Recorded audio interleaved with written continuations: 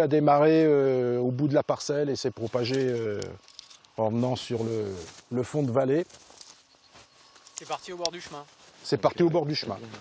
15 jours après, le champ d'orge porte encore les stigmates de l'incendie.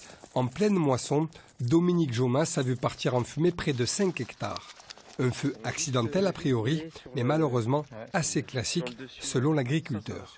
C'est un feu qui a été mis un mégot, je ne sais pas, mais bon, en période de moisson, ça arrive avec la moissonneuse sur les silex qu'on voit dans la parcelle, quand on coupe un peu bas, et ça arrive à faire une étincelle et puis prendre feu avec la paille coupée, quoi. Avec des petites choses et un petit peu de bon sens, on peut éviter une catastrophe. Après avoir constaté les dégâts, son assureur est venu rappeler certaines consignes élémentaires. Avoir à proximité un tracteur outillé pour retourner la terre, si possible une réserve d'eau conséquente, des extincteurs sur la moissonneuse.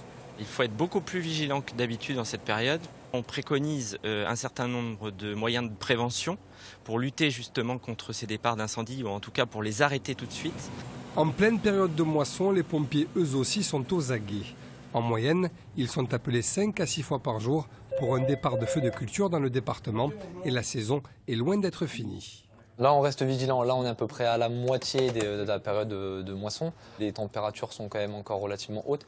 Donc, de plus, la sécheresse, facteur aggravant, nous restons quand même sur le qui-vive. Été et météo oblige, le risque d'incendie reste très élevé.